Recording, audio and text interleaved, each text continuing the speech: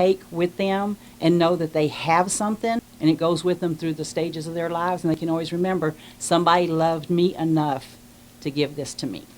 When you give something like to these kids, it makes your heart feel good, and you just want to cry because you know that they don't have anything. The group would meet once a month, but had to pause those meetups and the donations due to COVID-19, but they're still sewing from home.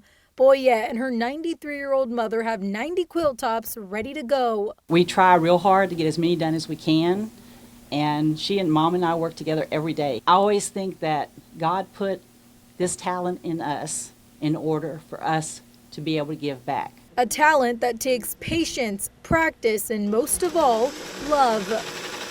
Eliza Navarro, 25 News, Waco. Eliza, thank you. The group plans to meet tomorrow for the first time since the shelter-in-place order began. There, they'll share their quilts and they'll make them ready for donation. Now let's take a look at your Rebound recap. Barbershops are back in business. They say their reopening is helping them get money back in their pockets, and they're also reconnecting with clients they consider friends. A petition to push back Waco ISD graduation ceremonies has gotten over 1,000 signatures. And volunteers are sewing and donating hundreds of quilts to hospitals, CPS, the homeless, and the Boys Ranch. To learn more about the Rebound, go to kxxv.com/rebound. There you'll find a variety of resources to help Central Texans get back on their feet. Now joining us is First Alert meteorologist Felicia Woody. Felicia, it was beautiful outside today, and it's a great Mother's Day. It was. Hopefully every single mother out there got to enjoy it, and everyone else. If you were able to go out on that picnic, it was great. We had light winds and temperatures on the comfortable side. From our studio in Bryan overlooking A&M, nothing but clear blue skies. And we're going to be keeping that around at least through the rest of the evening. However, tomorrow we're going to start noticing maybe some more cloud cover come back into the picture because we're watching a system out towards the west. But if anything, there's just some clouds out towards our western counties. No rain to report on all across the area. Temperature wise, it is actually feeling pretty nice. We have 78 in Waco, 76 in Temple, 79 in Bryan College Station, and 80 in Hearn. Heading through the rest of the overnight hours, it looks like we're going to be dropping down into the 60s as we head closer towards 9 o'clock, 66 as we head closer towards 6 o'clock, and already into the low 60s by midnight. We'll show you what we can expect for the work week coming up. Felicia, thank you. As states grapple with reopening their economies amid growing frustrations over stay-at-home orders, the White House is dealing with at least 2 confirmed cases. Now several officials are under quarantine. Here's ABC's Andrew Dimbert with the details.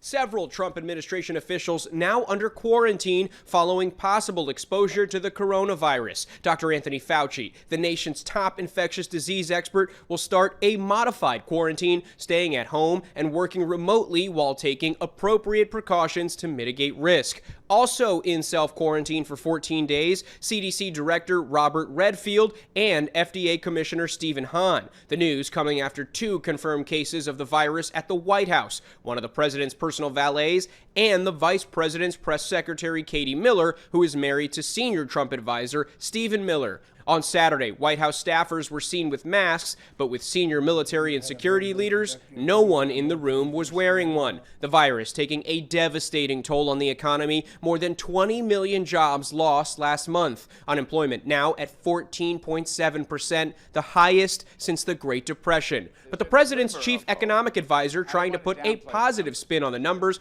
arguing the situation might not be permanent. About 80% of it was furloughs and temporary layoffs. It suggests strongly that the cord between the worker and the business is still intact. An ABC News Ipsos poll shows 64% of Americans say reopening now is too dangerous, but frustration is growing.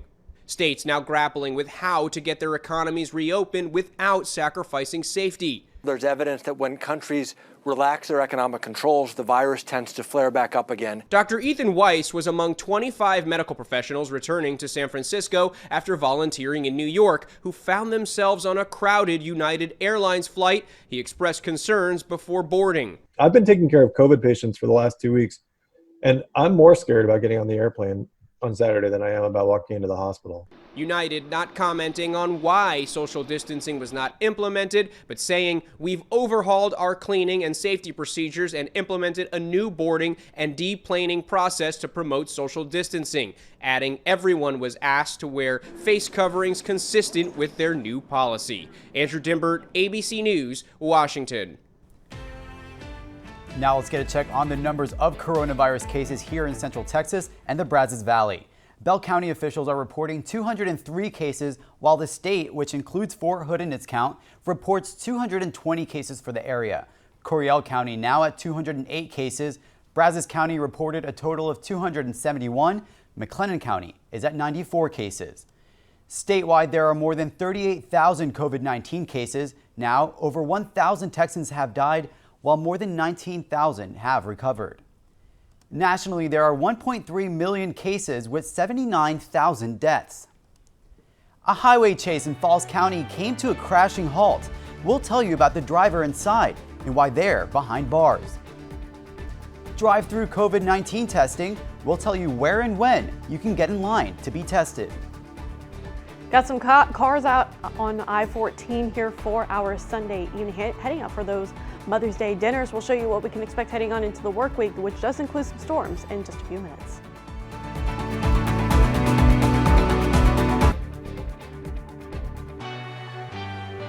Today, a highway chase in Falls County has one woman behind bars. Falls County's deputies arrested this woman, 34-year-old Rebecca Escobar. Deputies say they were responding to a domestic violence call when Escobar took off on Highway 6. Deputies had to use road spikes but didn't stop the car until she crashed into a police car. It turns out the same woman was arrested for multiple charges less than a week ago. 4 people are dead and 1 is in critical condition after a 2-car crash in Washington County. That was last night, just 2 miles south of Somerville along LBJ Drive. DPS says 1 car driving southbound hit a guardrail and then crashed into the other that was driving north. And Felicia, again, happy Mother's Day. Like you mentioned, people are going to be hitting the road for Mother's Day dinner plans. What's it going to look like outside? At least there's no issues when it comes to the weather today. It looks like tomorrow is going to be a similar story, but you can see a lot of activity happening out towards Arizona, New Mexico, and out towards El Paso. Well, that disturbance will be getting here eventually, but we will have to wait at least until early hours of Tuesday for that to happen. But we're going to be enjoying the nice blue skies all across Central Texas, at least for the rest of this evening. Tomorrow, though, we'll have partly cloudy skies, but still no rain is in the forecast.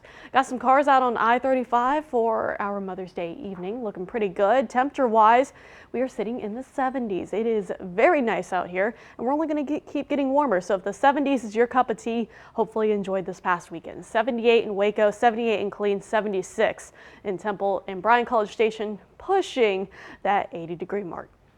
Tonight, we're dropping down into the 50s.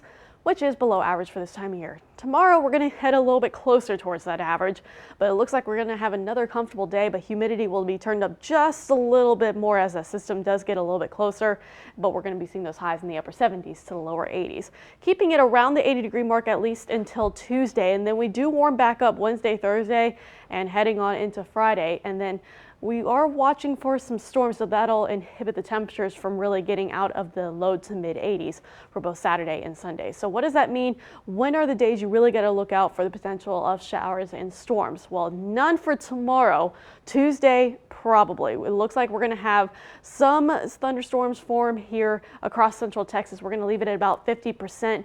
Rather isolated, though. It's going to be mostly dry for Wednesday, Thursday, and Friday, but we can't rule out that one may pop up here and there. Next best potential does appear to be next weekend. And the rain can help lower the pollen as well. So it's been rather low the last couple of days, but it's going to start picking back up.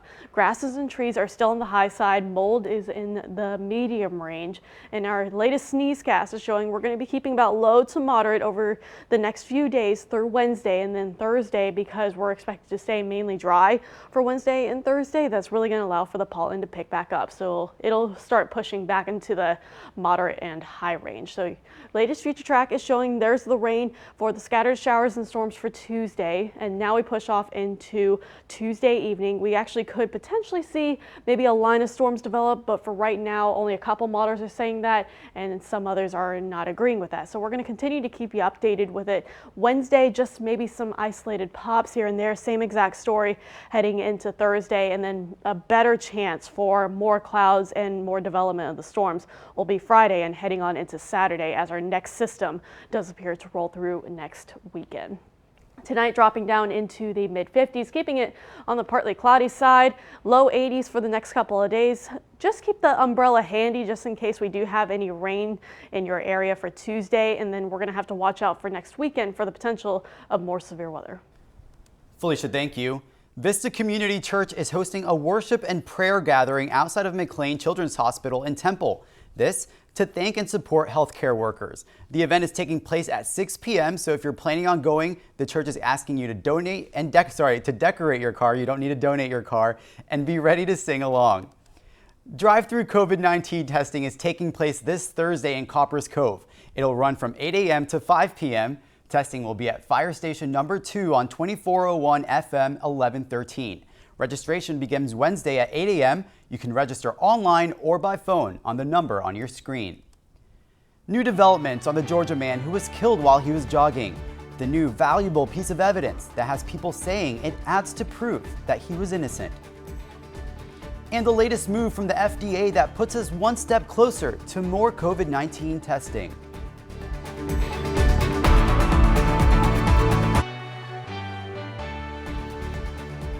New surveillance video now part of the investigation into the shooting death of 25-year-old Ahmaud Arbery. Here's ABC's Zachary Keish with the details. The Georgia Bureau of Investigations is reviewing new video in relation to the shooting death of 25-year-old Ahmaud Arbery. Law enforcement reviewing this video appearing to show Ahmaud Arbery in the moments before he died. This surveillance footage was obtained by ABC affiliate First Coast News. Attorneys representing Arbery's family says it was Ahmaud in the video, but added he wasn't breaking the law. This is consistent with the evidence already known to us. Ahmaud Arbery was out for a jog. He stopped by a property under construction where he engaged in no illegal activity and only remained for a brief period. Ahmaud did not take anything from the construction site. Gregory and Travis McMichael, a former cop, and his son, who are both white, are now charged with felony murder in the case. According to police reports, on February 11th, about 2 weeks before the shooting, Travis called police to report a black man in a house near